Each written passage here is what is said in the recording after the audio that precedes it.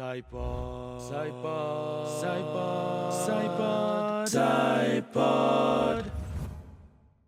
That you did this show. Exactly. Okay. Come guys, let's watch Anden in this random podcast in the Himalayas. Alright, see how your papa is doing. What are you doing, Kelena? Starting a stopwatch. Oh, cool. Okay. And with that, welcome back to the pod. It's been a couple of weeks since we've last uploaded, but anyways, thank you for subscribing, thank you for tuning in, and thank you for liking. We're almost at 2K, so please hit that subscribe button. And you guys have not been commenting as usual, so fuck you. You can't blame people for not being consistent with the comments when we are inconsistent with our content. Ourselves. Like we are consistently inconsistent. Isn't that consistent? Isn't that permanence? Isn't that Buddhism? With that, how was Tshechu, guys? Firstly, we have our guest today. This is Professor Anden Drolet. Sorry, not Anden Drolet. Anden Drolet. How is I'm that doing a different? horrible job. Sorry, this is Professor Anden. He teaches anthropology at RTC. Yes. He's been teaching for the past year. And What? yes, how was Tshechu? Tshechu was good. Again, it was my first Tshechu. I came in January, so sort of missed the holiday season, the festival season. But you visited Bhutan before. Yes. Was it during Tshechu season? Was it not? It was not. It was not. It was in July. Okay. So And you fun monsoon season. okay. So Okay, yeah, so this was my Tshechu. first one. Yeah. So, how much did you know about Tshechu before going today, or was it just like, oh, let me just find out what it is? I knew a little bit. Kind of as an anthropologist, you pick up a lot of little bits of information from a lot of different things. So I knew at least to expect, the mass dances, some of the stories that surround some of it, And a lot of people. and yes, Yeah, I think there was were a like lot- more than 10K people today. No. It was crowded. Yeah, it was kind of funny because as we were leaving the Tshechu, the amount of people coming in was What time did you guys go?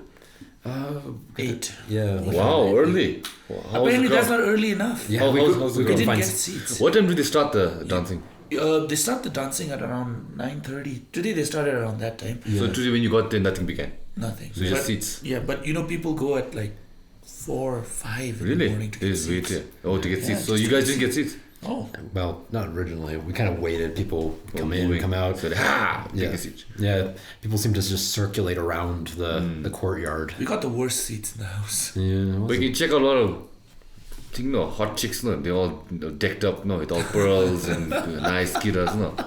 That's one good thing about Tshechu, man. Why are you? Now I know why you're going to Tshechu. I've not gone to Tshechu in a while, man. But if I'd gone, there'll be another, what do you call it, another element of Tshechu. Everyone like to dress up, no. Gotta say though, a lot of lovely kiras. Some really unique kira patterns. I know it's kind of weird saying that I'm the one who's saying that, but Yeah. they're really nice. Like, Hello, come here. And let me see. Oh, I like your skira. Very nice. How much? Jeez. So why haven't you gone to Tshechu? Yeah. For a while? I don't like large crowds. Okay. Neither do I actually. And when I went the last time, which was a couple of years ago, it was enough for me. Because I think the main thing is you go there. The main thing is you watch the dance, of course, but then also immerse yourself in all the people who are around. So I've already done that, so it's not like I wanted to do that again. I see. But then again, yeah, it's great experience if you haven't gone ever. But I say if you've done it once, you've done it like more than 1,000 times. I think it's the same thing, no? Yeah. I mean, I went there when I was 9 years old. That was the last time I went. Yeah, I think your childhood memories are more, like what do you call it, precious than when you go as an adult. But then if you're like going there with the what you call like with no information, like I'm just going to Tshechu to wear my kira and my go and watch people dance. You're a redneck Then- apparently. Alright. No, then it's not nice. No, if you really want to immerse yourself in what is the significance of this dance, why is it being done? Why are we all like here? Then it feels, I think you appreciate it more. But since I do not feel that connection, I just feel like I'm just going for the very generic reasons. So you want it to have meaning. Yeah, I would like to visit, like, let's say, and watch the whole dance. Like, that would be my main reason to go there. But that will not be my main reason, no? I'll just go there. Oh, Tshechu time. Let's just go there, take some pictures, and watch the dance for a bit, and then be bored, and go eat mama and go home. It's fine if you go for the first time, but then, like I said, I've already been there like 1 to 2 more times. I think good enough for me, but that's just my take. Discuss. Discuss. Oh, I just give my take. That's just my take. Well, because it was interesting because we were talking about Tshechu yesterday, Yeah. and like everyone in the group, I think, because we brought up the idea about going on for the third day, and I think everyone realized that they hadn't gone in a long time. That was in the Exactly. group, and it was interesting how like It was Himal's first time to Wow. Tshechu. And this is your first time. This is my first time in 20 years. yeah, And this is our other friend Punso's first time in quite a few years herself. exactly. And I have to be like, one reason why I used to not want to go to Tshechu as when I was in these past few years was that I knew I'd complain throughout the event. Yeah, that's one thing. Yeah. Crowded, wet, crowded. probably wet snow. And then It was dry today. Yeah, maybe sunny. Yeah. And a lot of crowds. You cannot walk, maneuver. You'd wear like company. No, it's kind of like. Did you wear company by the way? I did not, and got accosted by one guard for not having a company. But did they know that you were a foreigner? No, You still have to like. He still give you shit like you are a foreigner. no, you no. will go, but you He will was very polite. He about actually it. was, yeah, He he was. was- yeah. It was more like a warning because he was like, "Sir, your guest, though he is wearing, if he had come in pants, it would have been fine. But since he's wearing the go, he has to have the entire Sure. attire." And then we were like, "Oh crap!" But then when we went ahead, nobody stopped us. So I think it was just maybe they had courtesy, like, give Yeah. you Yeah, a and heads heads up. up. Yeah, that I might get like barred. you like- might have to be, you might be told to go back. So either full ass or no half ass, huh? I guess, yeah, something like that. So why don't you instruct him to wear company, huh? We did. Huh? Yeah, I didn't have a company, so Kinde might have had an extra. I didn't like- have one either. I borrowed. No. So what about other two guys? We just all of us borrowed. All of us were borrowing. I don't think one of them. Wow. Going there, are we? No, but then like the funny thing was when we were getting our checkup, when we were getting checked at the line, the guards checked me, and as soon as Anden walks up, they're like, "No man, you can go through." They didn't want to touch the foreigner. Foreigner is fine. He will not bring guns and knives. You, Japanese-looking man, you I doubt. Yeah, but that was like one of the. Yeah, but I think this happened a few times with you already. No? Like what? Would you like to White talk? privilege? Foreigner privilege? something like that. Yeah, Okay. yeah. Like what? Like when you go like to a club and they don't check you? What? No. I mean, it's like how. So like, if we were at a restaurant, Okay. for instance, like the waiter, waitress, come over and would like immediately Zero in on him. right like there, without naming the location or people.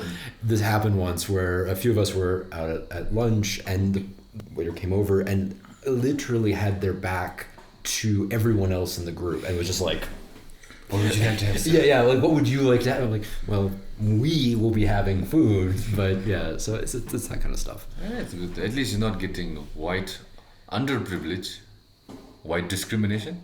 I don't know. You're not getting discriminated. You're getting the good discrimination. This kind of discriminating. I guess. Is it? Is it Reverse discrimination. reverse discrimination? It's certainly a privilege that I don't deserve. Have you experienced anything which is like the opposite of that while being in Bhutan? like hostility or Yeah. something? Or like like not because you're a foreigner you're getting not good things but getting shit instead. I mean, not really. Or if they do, it's said in very Zolka Kenyan, or yeah. Shashop or something, and they just kind of go on their way muttering under their breath. Just but, like but nothing overt. No. yeah, it's a really good experience. No, but then like with him, I think I wouldn't consider you very chilippy. What do you Like he's not chillip. define chillip? I mean, he's not touristy chillip. Okay. He's cool chillip. I personally think he's cool chillip. Yeah. But then again, you went to Tshechu with the whitest Bhutanese person I know. Dude, why I'm not the whitest Bhutanese person I just don't share a lot of things with you about this country. I have my secrets. Yes, the Japanese secrets. How you plan to do For the next podcast. podcast. Yeah, for the next For one. the next podcast, we'll discover the yellow side of Kinle. Oh, okay. Okay, so how long were you there till? From 8 a.m. till? Around noon, I think we Oh. stayed. So Did you guys eat after or in between? after. Okay, so you guys. We were made the there. mistake of going there without having eaten breakfast. Yeah. Or had coffee Fasting. or tea or anything. Yeah. Fasting is great. So you went there, stayed there to noon, but sitting down watching the dance, or just like looking around, taking pictures and stuff. A little bit of both, I Yeah. guess. No. Yeah. There's this one kid who was so fascinated with Anden, he's just like looking at Anden. Like we saw him. But there's so many other white people there. No, something about his hair, I suppose. I don't know. Actually, he ended up But actually, if you wear a mask, no, you could actually blend in as a Bhutanese. Oh no, he was wearing a mask. They still knew he was a foreigner. Yeah. Like I would doubt, but I would not like outright no. For me at least. But yes, you were saying about the little kid. Oh yeah, no, I think he was actually more interested in Himal just because he had a camera. He kept going to Himal and he's like, "Are you from USA to Himal?" Not you, sir, but you. I would talk to you. You sir, with the man with the massive beard. Are you from USA? No, I'm from Canada. He might should have probably come with that. Yeah. So Probably broken out the Canadian accent a little bit heavier, but how was the like tourist? No, not tourist today. yeah, I mean, relatively. There was a guy in his pajamas. Yeah, he just told me that. That was just like, The guy in his pajamas. Like he had pajama pants on. yeah, and Was it old dude? Or like a big middle-aged. middle-aged dude? Yeah. I mean, they're rich. They wear whatever they want. They're paying like $250 per day. No, is it more? I think more. It's definitely not 250 per day. Like it has to be more than that. Do you feel like a privilege, like working and immersing yourself in Bhutan while other foreigners have to come in, like especially the tourists, and pay this much amount of money? Exactly. Do you feel that? Absolutely. Yeah. I mean, it's a little different, right? Like I'm not here as a tourist. Like I'm here to work. But as a foreigner, I'm saying. But yeah, no, it definitely is. It's something that other people have also made use of. It's kind of a workaround, right? You come to work and you also have the opportunity to spend time in a place. So yeah, no, I would say that is a kind of privilege in its own right. But sociologically, like we've spoken on this at length when we're having chai at Mama's. But like, what's something that you Subtle plug. yeah, Mama's. Mama's is a great place to get chai, right? Yeah. But yeah, like something that you've noticed that. Well, I've never asked you though. What do you like about Bhutan? What do I like about Bhutan? Yeah. I'm gonna go full on like CNN interviewee on you. Hello, white man. What do you like about my country? Exactly. So I mean, how to put this in a Correct. well, for one reason, there are places that you go in your life where you just naturally feel comfortable. You feel better for being there. You enjoy being there, and I would say for me personally, Thimphu is one of those places. Yes. I genuinely enjoy living in the city, which isn't to say like why I like Bhutan per se. It's just like I like this city independent of everything else.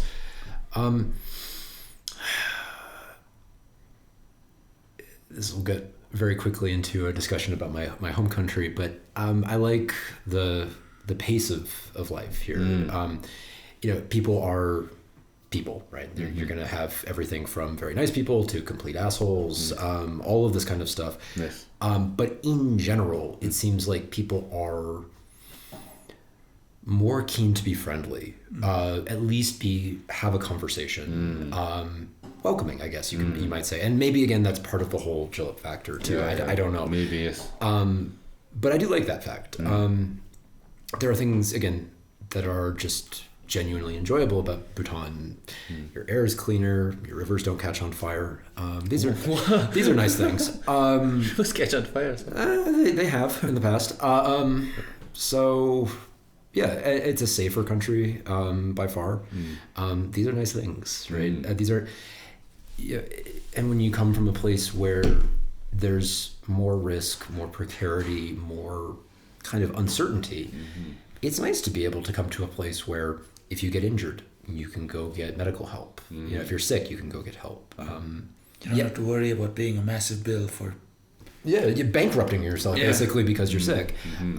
Yes, the odds of getting injured by an arrow is much higher in Thimphu than you would in the United States. But given that over, say, firearms, again, this gets very obviously politically contentious fast. But these are factors, right? These are things that help make being in a place just nice. All right, that answers this question. So, but don't you live in like a relatively safe town? You told me you grew up in a very small town? Yeah. So I grew up in what we would classify as flyover country, rural United States. Currently, my family and I live in Colorado. Okay. Also, it's a nice town, but I think in the last 2 years we've had a mass shooting in a supermarket. So it's like, oh shit. And that was like right next to a place that I regularly go to, and I could have been there. And that's just kind of life, right? That's this weird normal in my own country. It's hard to explain, much less justify. But yeah, so safe, yes, to a degree, but random acts of violence are fairly common, unfortunately. So yeah, that's something which is like we don't even consider living in Bhutan. No? Yeah, I think Bhutan also Thimphu. Yeah, because we were Anden and I were talking about this and it's not just Anden, but most people that I've spoken to about why, because we've already spoken about how a lot of Bhutanese have this idea of the West. The fetishized idea of the West, land of dreams and that stuff. But why is it that people go to Australia more than they go to the US? Because it's easier to go to Australia than not just that, but safety is a big factor. Yeah. A lot of Bhutanese Do people consider that? I think it's more of a monetary value. No, you get a better wage while working in Australia as compared to US. Exactly, but what I'm trying to say is, though we fetishize the US so much, we completely ignore it when it comes to getting our own life, wanting to thrive, I would say. Yeah, I don't know. But then again, don't mean to shit on your country.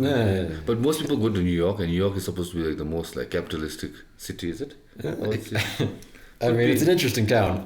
Because there's vast, extreme poverty and extreme wealth. No, in side that by city. side. Yeah. So it's you can work hard, you can do something. There's that possibility, but you can also turn to shit.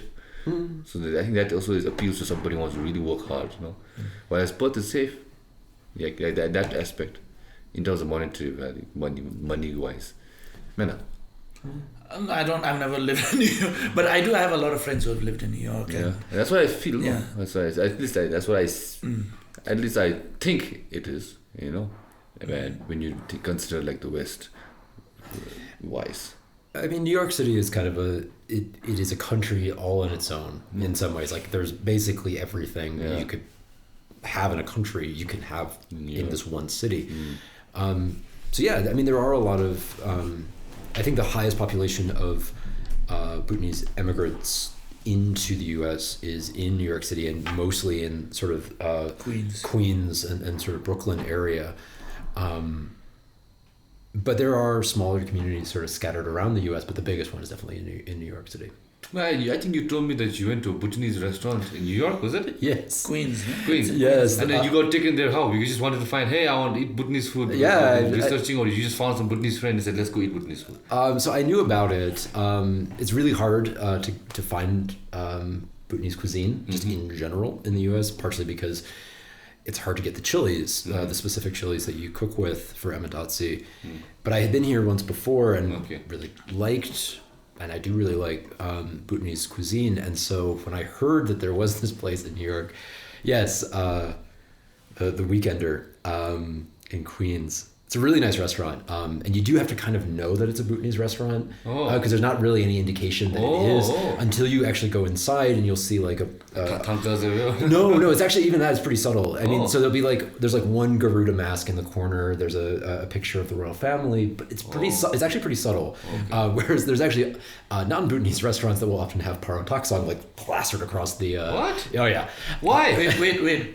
There is a non-Bhutanese restaurant that has Bhutanese paraphernalia. Yeah. Why? So, because they say they have Bhutanese cuisine as well, but there's only one, I think, restaurant. They were what, Nepalese or Chinese or what did they? I don't know who the proprietors were, but it was interesting. That's very interesting also. I never knew someone would adopt Bhutanese culture and say, we have Bhutanese food also, by the way. Yeah, they do. You want some enchiladas as well? No, it was mostly Himalayan kind of standard Himalayan cuisine. Let's dive back to the Buddhist restaurant. So yeah, but it's good. It's a really nice place. It's got a snooker sort of parlor off to the side of it. Really good place. Okay. However, the waitstaff again keying in on my very clearly melanin deficient Yes. features. Deficiency. Yes, phenotypically placed me as white. When I asked for, I was like, Emidatsi, and they're like, oh no. I'm like, We don't serve that to you. it's like, no, you don't have it? And they're like, no, we have it. It's like, well, I'd like to have it then. It's like, no, you can't have it. You can't handle it. And Don't tell me what to do. and I was like, no, I've been to Bhutan. I know what I'm ordering. I know it's hot. Bring the fire, bring the flame. Like, let's do this. So like, okay, they bring it out, take a bite, and it's very spicy, as Emidatsi should be. I cough once, swoops in, takes the plate away from me, and refuses. You've had enough. It's like, You've had enough. You clearly can't have this. We will get you chow mein. And they bring out chow mein. Which isn't even a Bhutanese. We've adopted chow mein as well. Yeah, It but isn't really a Bhutanese. no, but yeah. So that was my experience with this. It's a really nice restaurant, and again, there's a few places in the Queens area that have a lot of. Bhutanese food? Yeah, you can get again the chilies there. You can get cheese that would be used for emidatsi and stuff like that. But it's again it's part of a very large immigrant sort of community. Queens is very much immigrant city. It's the borough of flags in some ways. You walk down the streets and it's just like every single possible sort of community very proudly claiming that they are here. From here. I came from here and now I'm here and I'm making this life. It's a fantastic place. Yeah. That's why I would love to. I would never want to live in US, but I would love to visit. No, because we were I immersed. think that's what all of us say. No. Even me, I was like, I'd love to visit US on a holiday, but probably not want to live there too long. No, of course, there are people who still want to live there. When I was young, I really wanted to live there because I was so immersed in the Western culture because we were all consuming that only from TV and internet. And then I'm not really into the Indian shit, so that's why I was never really, had a I want to visit India kind of feeling. And you say I am the whitest Bhutanese. But I've never been to. Neither have I. But go on. Yeah. So, but now that I've gone older, I've lived abroad for a bit. I just since you've seen so much of it on TV, I just want to visit. Yeah. But not as much as I wanted to do before. But then, now that you grow up and you learn New York City is not just a American place, but so many cultures. No. Yeah. I really want to be immersed. Yeah. Immersed by that kind of stuff. It's a great place to do that. Yeah. So anyways, how's your spice tolerance? I thought it was good. But I came here. Until he had the emidatsi. His spice tolerance is quite high. Yeah. I've eaten his emidatsi. And he's had my food as well. Do you know the euphemism of emidatsi? I'm afraid I stepped into it. Can I explain it to him? What I mean? Sure, go ahead. Emidatsi, when we were kids, it was porn, no? Yeah. It was porn. It was emidatsi was porn. But now I think datsi is cheese. Now I think it's a little dirty now in that way. No, but last time I took him to one of the more local restaurants. Yeah. And he and I, we usually eat at local restaurants, but I took him to one which I had not been to in a very long time. It is so local. It's literally got a cloth covering the door. Okay. It's a tiny place with benches and tables and the owner is sitting there. The walls. Yeah, the owner is sitting there with having a chat with her friends, and then I bring him in and they all immediately turn, and then I was like, okay, let's just grab a seat, and then we sit down and then we're like, what do you have? And then they're like, Shaka emidatsi cha, sikampa cha. And then I was like, what do you want? And he said, he'll have shaka emidatsi. Then I said, I'll have gep. And then as we sit down, the woman in Tshechu to me, can he eat chilies? And then I was like, he can eat chilies. Are you sure? Yes, he can eat chilies, he'll be fine. And then after that, they kept giving him so much dao. As he's eating, they're just refilling his dao. Yeah, it's I take a sip and I set it down and immediately they come back and refill it, which was nice. Was it spicy? It was tolerable? Yeah, no, I mean, it's within, your range. Yeah, I could take it.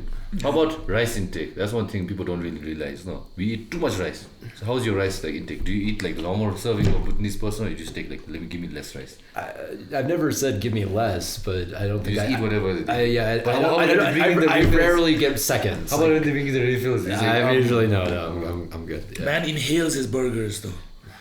It's like how when we eat rice we have no issues and no. This guy's that's with the burgers. Just gone. How? And there I'm like still struggling at it. And bread, maybe. No. Yeah. How is your diet like here? What do you eat on a daily basis? So usually kind of a raw breakfast and then sort of a snacky lunch. So some fruit, veggies, occasionally going to, here's the plug again, Mama's. And then usually go out at night, usually for like a dinner. So what do you eat usually? What's your, like, what kind of food do you eat? Here? Yeah. Do you eat Bhutanese food every day or just like once in a while? Not every day. But I try to as much as I can. You go too many days and it starts to feel a little weird. You know, you're in Thimphu and you haven't eaten Bhutanese food for a couple of days. So. What's your favorite Bhutanese food? Don't say Matatsi. Kewatatsi. No. So I would actually probably say shomodatsi. Yeah, for sure. Shomodatsi. For sure. Shomodatsi is really good. Though I was definitely spoiled because the first time I had it, it was like in a home in Bhutan, and it was like so it was like fresh wild mushrooms kind of thing. And so now when I ordered, I'm always a little bit like because it came from a can. You're like you keep chasing that high, huh? Yeah, it's not quite there. But I would probably say shomodatsi. Have you had cheese with butter and egg? No, that's my favorite. Gondadatsi. Gondadatsi. That's my especially if it's fresh, everything's fresh, you know, like farm fresh. It's like, and this crust in there. You clearly have not had food, have you? You're hungry. I had a burger and came, but now that we've talked about it, now I'm willing to go for another round. I'm always curious how Emadatsi would taste with different cheese. Yeah, well, I think Emadatsi would taste really good with. I've had it with Bhutan cheese. Really? Yeah. I had it with Bhutan cheese too. I made it with Bhutan cheese. The cheese got stuck at the bottom of the pan. No, you have to like. I think it's more to like grate over it. That's true. Let it like grate and then heat on the top. No, but basically, you just. Yeah, I think it'll work. Like even like Kondo Datsi, you can put Emma, it becomes Kondo Emma Datsi. That's the thing about Emadatsi, it's versatility. Yeah. Simplicity. Just throw more stuff in and you can just change it. It's like, aha, spinach, Saudatsi. Aha, brinjal, Dolom Datsi. That's the And dry meat, Shakam Datsi. I wonder if anyone's ever tried doing all.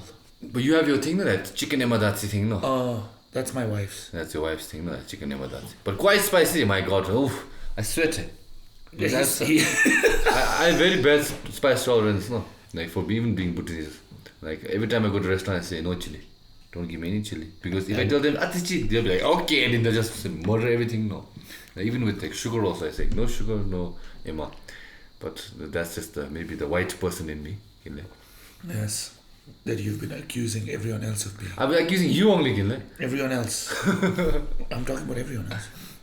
Okay. The Anyways, world revolves around. let's dive deep more into Anden now. So Anden, how did you come to Bhutan initially? You came as a tourist? I was invited. Then you came here as now a professor. Right. So let's hear the origins of that. So how I got here the first time? Yeah, well, let's start from there. Okay. How did you find out Bhutan initially? How about that? Sure. So that's when I came to graduate school for anthropology. I was speaking with my advisor about potential research projects, and I have always been interested in this idea about how do we come to collectively as a community understand what makes a good life. Okay. What counts as a life worth having. And my advisor, who does research in the Himalayas, said, well, I haven't done work on this, but there's this country that measures happiness. So like a lot of people came through the GNH kind of thing. And so that's sort of how I got started. And then I met a friend who was also getting his master's at the University of Colorado Boulder, where I was studying in religious studies. We met in a Tibetan language course. And you learned Tibetan? I was trying to learn a little bit because you can't really... there's no one that teaches Dzongkha outside of Bhutan. So you're like, all right, well, what's the closest, language in that family? And it's like, well, okay, Tibetan. So that was kind of my attempt to at least start in on that road. But he is from Bhutan. And he was from Bhutan? Yeah, he's from Bhutan. So you met a Bhutanese person? Yeah. Yeah, he was getting his master's at Colorado. In the same university. Yeah, and so he went back to Bhutan and then actually ultimately was teaching at Royal University of Bhutan, Taxi, Okay. College of Language and Culture Studies. Yeah. And he invited me then. Okay. And it was kind of a preliminary kind of, could I come do research? Could I find sponsorship? Because there isn't a formal way of just applying for like a research visa in Bhutan. Okay. And so he was kind of sponsoring me and sort of argued on my behalf for some other folks to sponsor me as well. Okay. But that was my first visit. So I came up through Punsaling, came to Thimphu. Thimphu went on to Trongsa, then to Taxi. Then he took me to Buntong to visit his family, and then we came back and I flew back to Paro. Oh, okay. So that was... So it was more of a kind of like a holiday visit? Kind of. It's like a field trip. Yeah. In the business, we would call it a preliminary field site assessment. But yes. It was a little bit of that kind of unclear if it's are you a tourist? Are you not? Like, what are you doing here kind of thing. But that was my first visit. So you went back, then what happened? Then I tried to come back. That was kind of the way of it. At the time... We sank our hooks in you. Yeah, I mean, like I said, like a lot of people that come to Bhutan, right? You kind of get enchanted by this place. It's beautiful. Again, all of the things that we said before. Opens all your chakras. Yeah, all the chakras. But it was definitely like, this seemed like... You wanted to learn more. I wanted to learn more, and it seemed like there was a project to be had here. Not necessarily the one that I thought it was going to be, but there were interesting questions that came up from that first visit. And so I've been trying to come back ever since. Along the way, a lot of things happened, a lot of missed connections.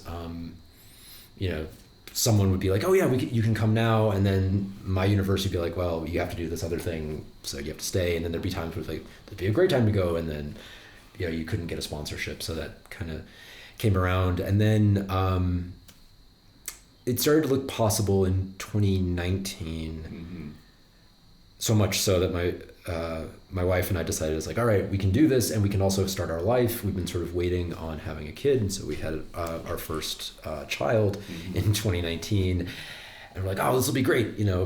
He's an infant, so we'll just wrap him up, put him on the back, carry him around. It'll be great. We'll have this whole thing. And then 2020 happened, and COVID.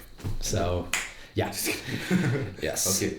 So then a little what do you call a little checkpoint for your visit back here. So then, anyways, now 2022 happened. And you came here. How did you come here? You found some ads in RTC looking for some lecturers, or you found some guy saying, do you want to come to Bhutan and be a lecturer? No, not exactly.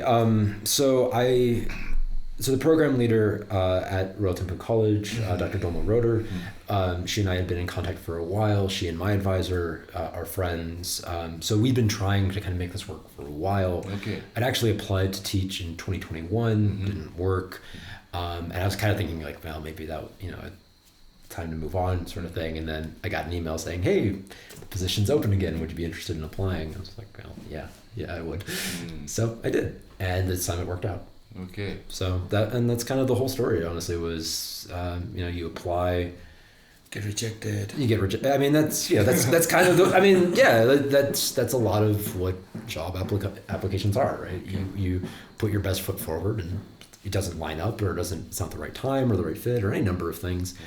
And then sometimes it does. And that was how it happened. Okay. So now, as an anthropologist, you've come to Bhutan. So what have you learned from the Bhutanese people? And how do we live? Share some knowledge, sir. Right? Anthropology is the study of people, right? Yes. No, you're not wrong. Study of humans and this societies and cultures and histories. So what are some takeaways you've learned from the Bhutanese people in living in the Bhutanese experience? What can I say? We chew a lot of doma. You can say anything. We chew a lot of doma. Less though than you'd think. And it definitely seems to be generationally different. Yeah. Like you don't see the younger generation eating doma in the way that the older generations do. Yeah, for sure. So that might be something that's changing over time. What to say about? But I think you should still eat doma. I eat Rajnigandha, man. I would prefer. You know Rajnigandha? I do not. It's pan It's masala. a blue packet people eat. Have you seen people like white doma. Oh, yeah. It's Yeah, basically I've had that. chaat Yeah. masala. Yeah, it's okay. Pan masala. Pan masala? Yes. Chaat masala memo. Chaat masala is like shit you put on like your Chaat. chapati. Okay, Yeah, oh, that's sorry, why. pan masala. Pan masala. Okay, anyways, yeah, you're going, please, and then continue. And where's the water? Why are you both hiding waters? I guess like you're hiding sponsorship from Royal Bhutan Water. Are you getting sponsorship from Royal Bhutan? No, Royal Bhutan Water, where's our sponsorship? Okay, anyways, and then go on. What can we say? I think, Bhutan's a country, again, like any other country, right, that has challenges and difficulties and also a history that has kind of led us to this particular moment, which is a very evasive answer to your question. Please acknowledge it. But I would say that Bhutan is trying to figure out, the people of Bhutan are trying to figure out their future. And it's happening at a very fast rate. You think about the timeline of sort of major changes in this country. It's a very short time period. I mean, the monarchy begins roughly a century ago. Yes. It's more than a century ago. Yeah, it was 1907. Yeah, so it's but prior to that you have civil conflicts. Sort of Petty regional feudalism, petty lords and all that. Theocratic rule and all of that. So you have a monarchy for roughly 100 years, and then you introduce a parliamentary democracy. That's a very fast turnaround, right? For ideas about governance and sort of civil engagement in that. Like you as a citizen have this power now. To choose who you want as your representatives in the government. Yes. Exactly. And so that comes in, and then you have the internet. And prior to that, it was like, a lot of the people that I talk to, we talk wax nostalgically about, going down to the movie rental place to get VHS and DVDs. And that was the media source. The internet wave was like really changed, like especially like when we grew up. No, because at one point at least I had good internet when I was growing up. Luckily, because my dad worked in the government, we got internet at home. When everyone else didn't even have like proper TV. I had dish TV. So when I went to school, I was like, I'm with a bunch of villagers. I felt like I was immersed with a bunch of villagers. But it was not like, I was like God mode. It was just like I had access to information which none of the people that I knew had. So that was like a big difference I felt. Was it weird trying to explain that to people? Yeah, it was very weird. Like I was watching Dish TV and there was a channel, they were talking about something like maybe the people in the West will understand. So when there's this thing like that, they're like, what is this? I don't understand. Like, so completely like out of the box. Not just that, but you also realize that if you look at what up until the internet comes out, Thimphu is the center, right? Like Thimphu being the capital gets everything first. Yeah. So when I was living in Wangdi back in the 1990s, like in the late 90s, early 2000s, that is what it was like. Like, because I used to read a lot and think, you realized how different people from Thimphu were compared to people from, and even today if you go to like the extreme eastern parts, it's very different again. But now you sort of see that even though there is that technological leap, there is still a holdover from many years ago that is still actively surviving in most parts of the country. Anyways, let's go back to Anden. So you're saying something about internet, how our country has developed so fast in terms of like all this. Yeah. Oh, actually, I mean, jumping off of that though, but the idea of holdovers is still there. It's not like we're not forgetting what we came from. Exactly. Like, and that creates interesting tension points, right? That creates, differing, because like the way in which you live is built upon rules and necessity and consensus and disagreement. But once you suddenly open that up to the entire world, now suddenly you have a whole new set of rules to follow. Like, again, it's like if you think of it like a board game, right? If the board is only this big and then suddenly it's bigger than this table, suddenly, some of those rules are still going to apply, still going to work, but then other ones you have to adapt something new with. Okay. And so, nice analogy. So I guess that's the way that I seem to see it, is that this is kind of the moment in which we find ourselves in right now, which is this kind of trying to figure out, okay, which of the previous rules are going to be applicable, are going to be effective, and which ones can be adopted, adapted, or changed. And that's kind of been my sense at least from what I've seen. I mean, I'm sure we've talked. We've talked extensively about this, but like it's the same in the reverse, because you see that when people from abroad come in, because they have become so used to this, and when they come to our country and they notice that we have certain things that they think are archaic, it's, you can see that they also have this hard time. It's like it's a very, I wouldn't say it's just something that's common to Bhutan, but it's something that works everywhere. It's like when you come from a certain place which is used to a certain set of rules for the longest time, and you come to a place which doesn't have those rules, then it sort of throws you off because you find it hard to adjust, right? Yeah. And I think that's what's happening to a lot of the older Bhutanese here, is that a lot of them are having I wouldn't say they're not actively not wanting to adjust. It's just they're having a harder time for the older Bhutanese to just adjust to what's happening now. Yeah. Like if you look at how our parents' generation or our grandparents' generation, they don't get that. I think that's more conservative behavior, no? You see that in America also, the conservative. Yeah, no, exactly. I mean, and that's always going to be there, right? Like there's always this push and pull between sort of moving forward, holding back, sort of going back to a tradition. What do we save? What do we let go? Exactly, right? But I think, you were mentioning how like certain like rules can kind of like throw you off if you're in a different space. And I always think of it like, if you think about it with music, right? And we've talked about this before, but like you think about like something like a 4/4 time melody, suddenly, and then you switch into like some kind of multimeter 6/8 kind of thing, and then suddenly it's at this very different rhythm that you're not used to, and it throws you off that kind of balance, and that's culture, right? That is cultural difference. When you introduce something that's really like a globalized cultural sharing device like the internet is, though, suddenly now you're getting multimeter from different perspectives all the time. You were mentioning about India. So prior to the internet, there was a pressure to go to, say, Europe and the United States, but especially India. Like there was a very strong kind of influence there. Now, I mean, where would be the biggest influence? Australia. You want to go to Australia or you want to go to Bangkok? Like up until I was going to college, which was up to like 2010, I think, and 2010 was where I would say that internet really started to get good in Bhutan. Like up until our high school, we had internet, but it wasn't like 3G or 4G, I realized that after 2010, once we went to college and we finished studying in India, you realize that not many people were going to go to India, because up until that point, a lot of people were going to India, but now you suddenly realize maybe the internet is one of the factors into it. But after that, most people started going to Bangkok, or they were starting to go to Europe or Australia. Or I mean, even just look at sort of the style of what people, especially the young people, the youths, are wearing. Or hairstyles. Like, I mean, it's... maybe it's Korean also. But that again comes from the internet, because... internet, but now it's not no more predominantly Indian. Right. But our film is still very highly influenced by Indian films, film industry.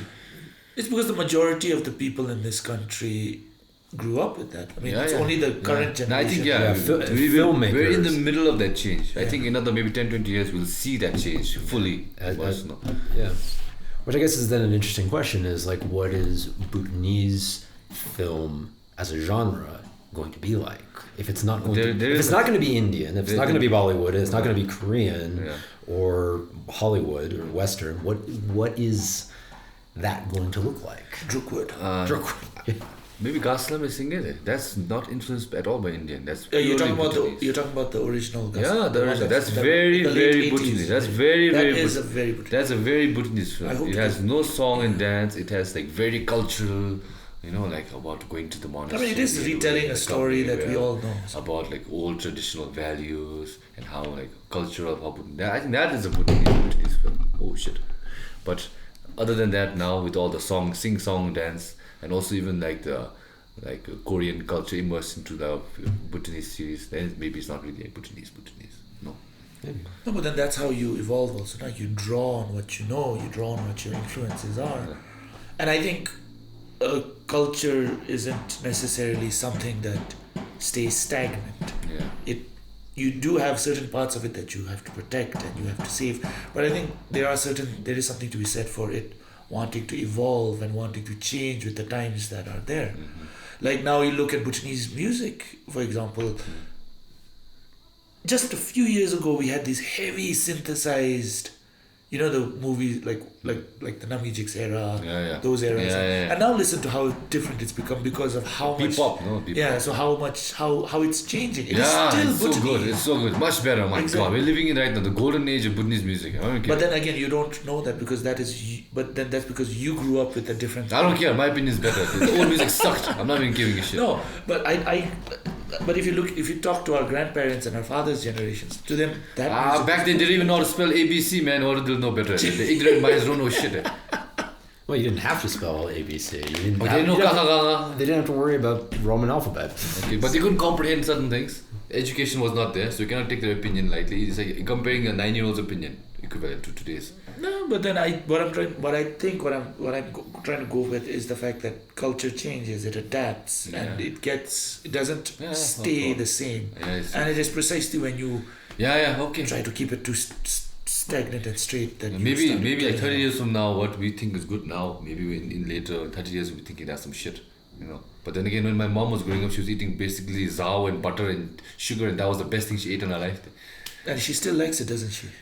Probably the nostalgia effect. Yeah. Nostalgia effect. But that's what I mean, right? Like, you know, you're talking about like one generation to the next, and it's again the rate at which these changes are happening, and I think that's maybe where some of the challenge comes in is how does one generation communicate that their reality is maybe not the same reality that the one above them or the one below them generationally is experiencing. You know, you think about like it's culture shock happening within a very short span of time. Right, and even the difference between, say, what we could sort of, we're all about roughly the same age, coming in, and then like the generation one below us, sort of age-wise, they're coming into this from an entirely different perspective too, and so like, and they're gonna be looking at us like those old farts.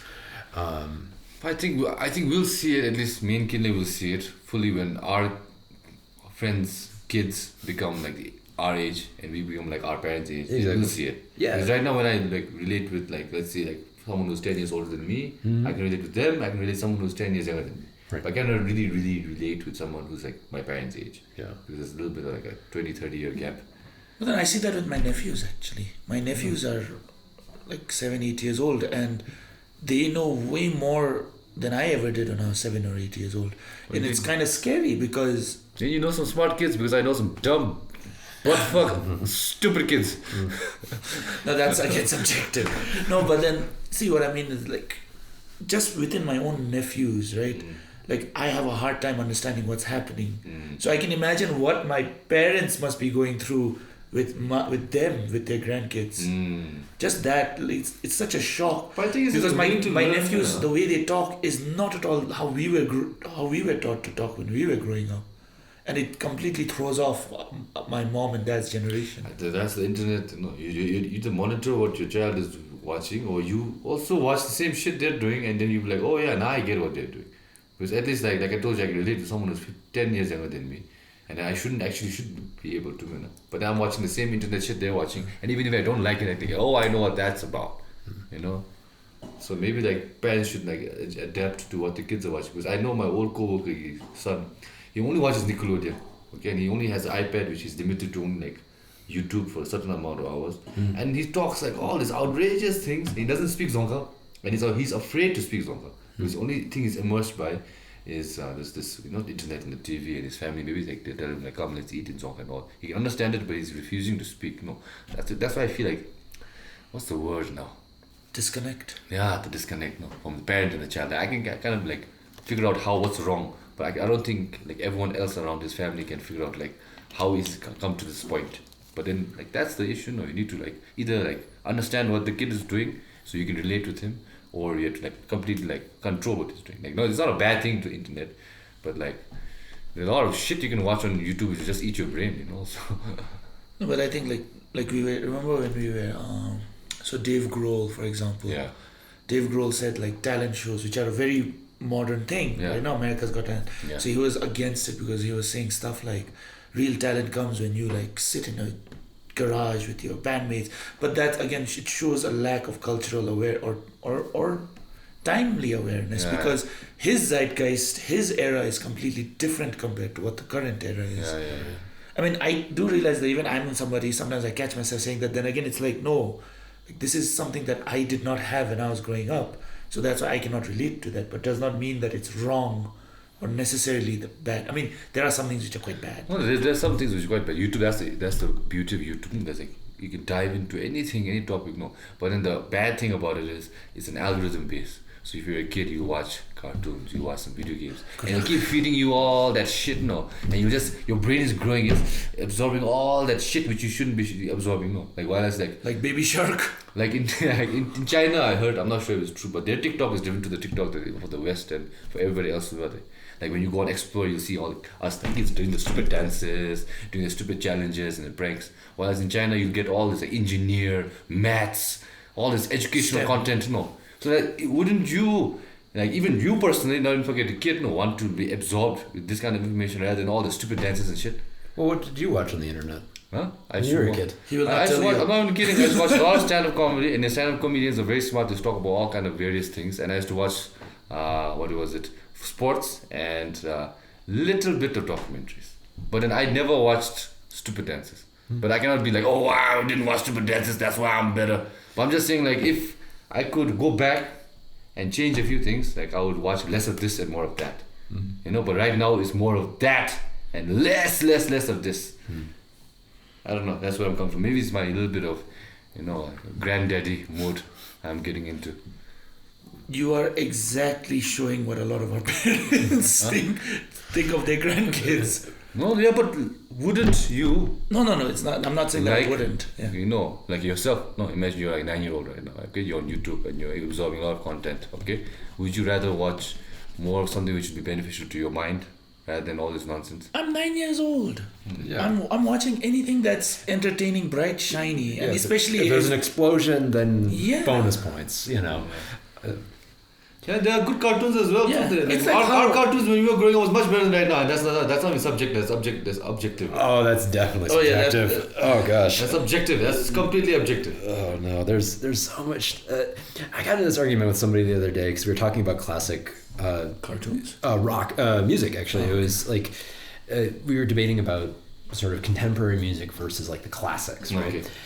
And my whole argument was, it's like, one, you have the nostalgia factor, right? And nostalgia is defined by collective forgetting more than it is collective remembrance. Okay.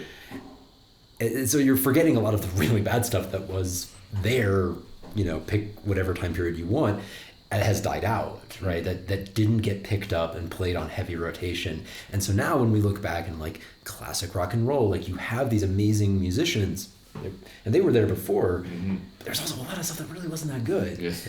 But we just don't hold on to that, right? So when we talk about like any era, there's a lot of stuff that's like, the dredges, the less than great stuff that's there, and we consume it anyway. There's plenty of terrible cartoons that I watched growing up, and you think about it now, you're like, that made no sense at all. But it's in hindsight, right? It's looking backwards and kind of think like, those were the days, right? Back when cartoons were clever, right? Is there any good cartoons right now which you think is good? I think there are a lot of good cartoons right now. Okay. Like, I think Steven Universe is one of the best cartoons I've Is it for kids specifically? It's for kids, but it doesn't. It is for kids and it's for adults and for teenagers. Because one thing now I've realized with a lot of modern cartoons is they don't treat their children just like children. It's also like they're trying to impart certain values, but they're not doing it this ham-fisted like, learn to be good. Right. It's more like they're talking to the child like a child, because children are not stupid necessarily. They are very smart. It's just that when we start babying them, then it can cause a lot more issues later on. But a lot of current modern cartoons right now, like for example, there's an episode on Steven Universe that talks about panic attacks and anxiety. Okay, that's which I thought was like, I didn't have that when I was growing up. You named one. Let's name 3 more. Adventure Time. Okay. Really good. Yeah. Okay. Rick and Morty. Another one. Okay, Rick not and for Morty kids. is not for kids at all. Sorry. Okay. I was thinking adult again. What's there for? So I haven't watched a lot of kiddies ones, but.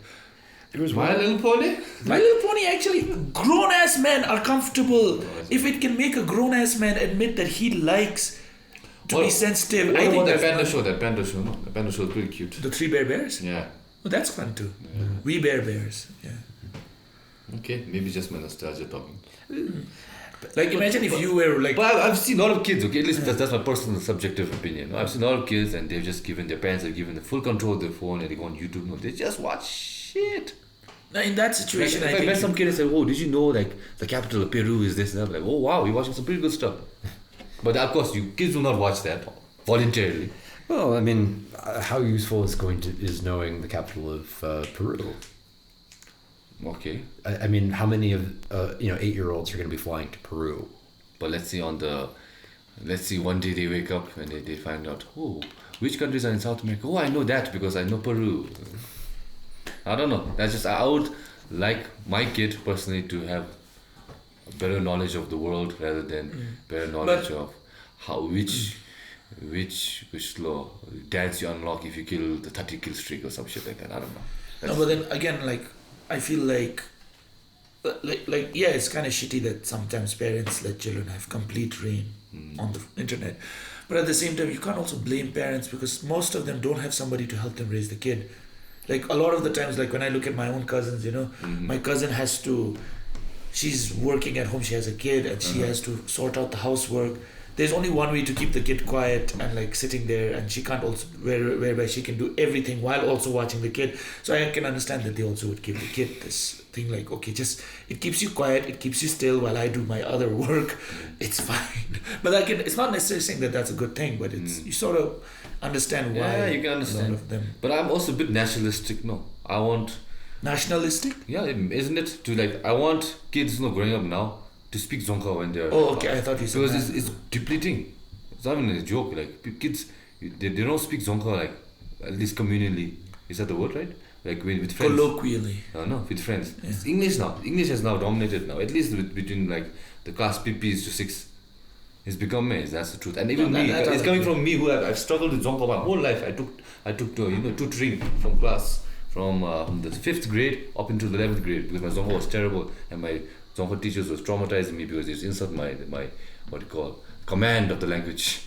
So like at least I would feel like if you grew up in Bhutan and you go to school, you should at least be able to communicate in Dzongkha, which I feel like in about 10 years that is going to go down significantly. I feel that's my worry. Well, why do you think that is? Why do you think that there is this decline in speaking Dzongkha? Because first of all, Dzongkha is not a very easy language to learn, and all the media consumption is all basically in English or Korean or Hindi. So I feel like I've seen it, and I think as these kids continue to grow up, I think their Dzongkha is not going to be as good, and I think that's sad as a country. I would like everyone to at least, even if you don't communicate Dzongkha frequently, at least you should know how to speak it properly, like at least to go to the grocery store and ask people where's the eggs. I say that in Dzongkha. I say eggs gati. Oh, it's okay. I think we all are fine, I think, somewhat. Because at least like if I forced you to down in the street and told you to speak Dzongkha, I think you'll be fine. But my brother, when he's growing up, right now he's a little bit better, but he used to be traumatized to speak Dzongkha. And I've seen that with my boss's kid, which I told you. Yeah, but then exactly, that's the word there, traumatized to speak Dzongkha. Like, how do you mean traumatized to speak Dzongkha? Like, there's no confidence, no? Like you're worried about like how I sound like and how people react. Yeah, but then again, that comes... That's a learned behavior. That's right? a learned behavior. It's not something that you're innately born with.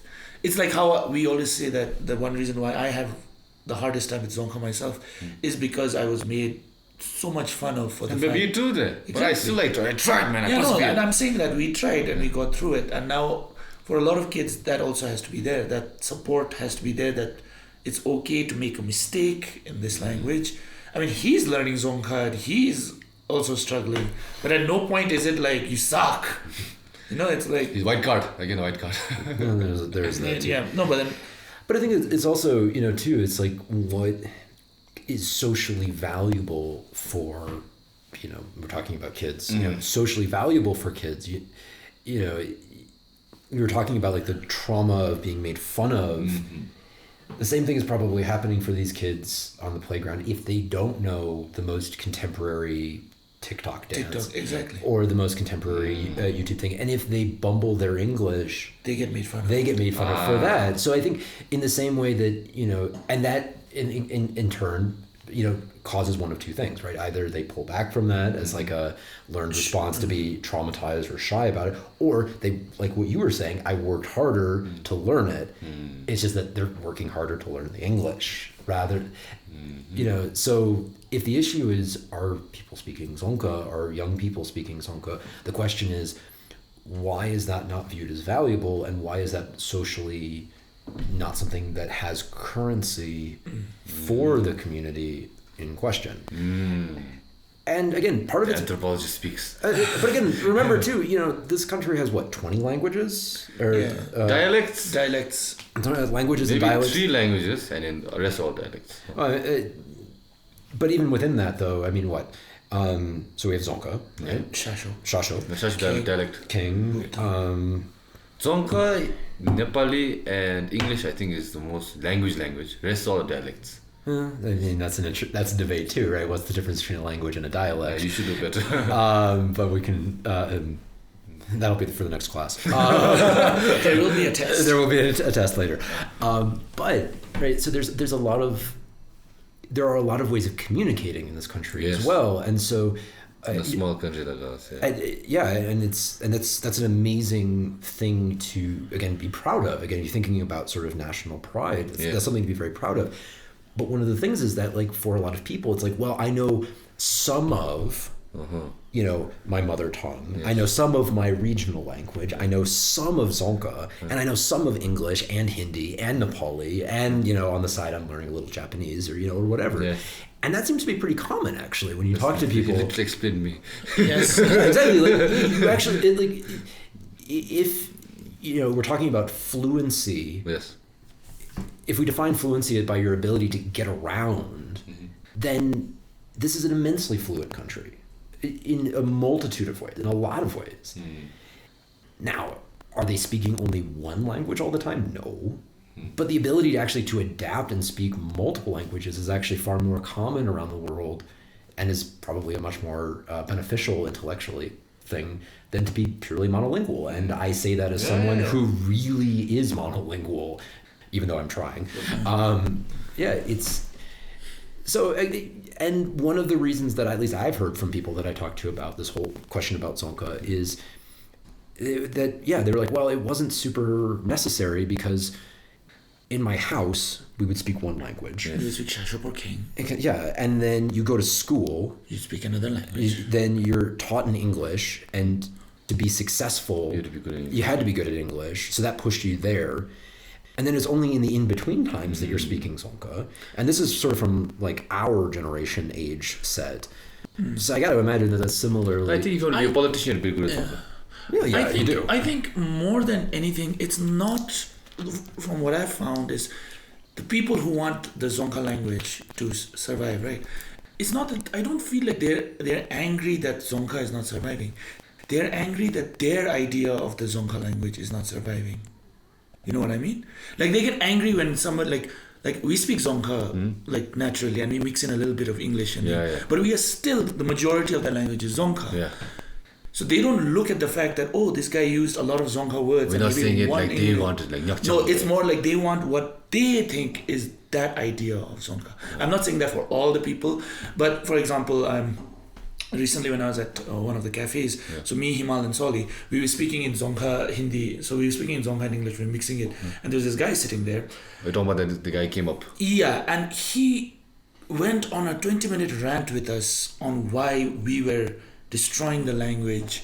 But then what I was saying was he was failing to realize that we were still speaking Dzongkha. It was just that we were adding certain words to make it more efficient and quicker.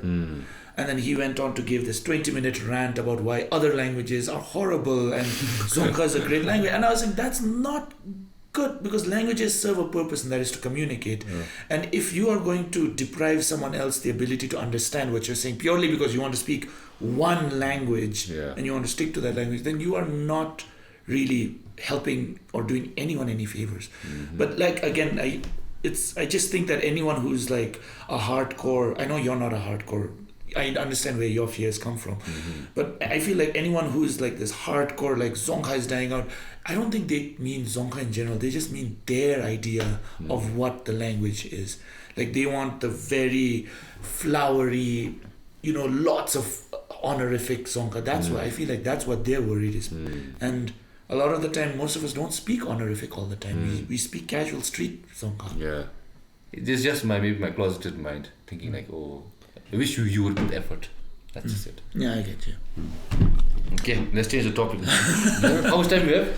We've been speaking for about an hour now. Oh, we lost video now. We're black right now, people. Okay, we're gonna wrap it up now. It's good time. Good how we segued from identity to language to Penises. Yes. Yeah. That's how life should be. Identity, language, penises. Yes. Comment below. Would you like the phalluses to be circumcised or they not? are circumcised. Or uncircumcised? Let us know. There are a few that have a lip on it, which is weird. There's a lip? So like I've seen one which is like, so if this is the head, right? Okay. This is how the opening is. Like it's got a what do you call that? When you have Chin? when you have a bottom, when your bottom chin it pushes out more than the upper chin. Like the upper jaw. An underbite? An underbite, there we go. Yeah, so it's got like an underbite. Which is like, how do you pee out of that?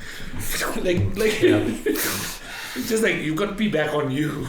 No, but it's on the way to Tsirang in one of those it's on the way to Tsirang, like one of those. Maybe you those wanted some artistic expression. You wanted to change it a bit. Well, I mean, you got like scarves and wings and dragons, all manner of things. Yeah, I think one of the best I saw was this guy.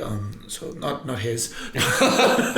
So that's a very nice one. So remember when we were filming the phallus sketch? I had gone up to meet one who has a collection of phalluses. Yeah, he showed me all of them, and one was carved out of rock. Like straight out of rock, and I was like, wow, that's a lot of dedication. Chiseling wood. Yeah, and it had like mantras chiseled into it. Wow. Yeah, so I was like, wow, that's like a lot of work.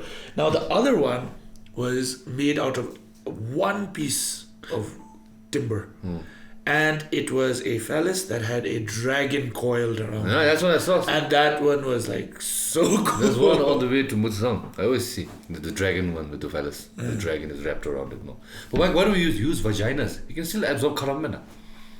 Are they not holy enough? I guess again patriarchy. I mean, I suppose it goes to the whole idea of because women menstruate, it's unclean. That's why the women are not allowed in the Kompas. The altars. No, certain altars. Yeah. Altars in the harangs. No, because that was the old belief. No, that they'll menstruate and leave blood stains in the ground, which is unholy. But now they still practice it, which they shouldn't actually. No, right? I suppose with religion you can't really justify too many things. Here's a picture of Mohammed. You'll have to invite Mary Douglas in for your next interview. Where is she? How can we get a hold of her? Will she come on this iPod? And then will she come afterwards? God, no. Now she's definitely not. Okay, I think we got the memory card back. You want to wrap it up? I suppose we should. Outro. Okay, thank you, Anden, for coming in. Thank you very much for inviting me. And giving us some time Sorry, in Anden's wife and child. If you're Bhutanese watching society. I don't think his child would probably be old enough. It's only going to be in interwebs, no, when he watches this. Go watch Baby Shark. Oh God, no. Cocomelon. God, Best thing. Best thing. Stop. Yeah, keep Stop. go for it. Alright, thanks for coming by. It was fun. Thank you. We'll let you know when this episode drops. Oh, and we're gonna call this episode And Then with Anden. But we never dropped that joke in. No, we're just gonna call it that. Okay. Or should we call it Anden Drolet? Okay, we'll find out, Norla. Yeah. And Then with Anden. Okay. And then there was Anden. Oh. There you go. And then there was Anden. with Anden. No, and then there was Anden. With Anden. I'll leave this in your capable hands to solve. Okay. You want to share anything with my small audience? Anything need to check out? Like, let's say, if something in the interwebs that you could look at and say, oh, that's interesting. Or some research papers you find very fascinating that people might be interested to read. Yeah. I guess keep reading. Keep pursuing the things that you find interesting. Whether that's deep dives on the internet and YouTube, or not being afraid to take deep dives into books and literature. I don't have anything specifically to plug. I would just encourage people to... Yeah, mamas. You plug mamas. Well, we did that, yeah, obviously. But, Drop by mamas. Drop by mamas. Best chai. But yeah, no, I would just say, keep pursuing your passions wherever that leads you. By the way, a lot of our people who listen to the podcast are RTC students. So. Oh, fantastic. Yeah, say hi. Shout out to the kids. I'll see you all tomorrow in class. Yeah, bye.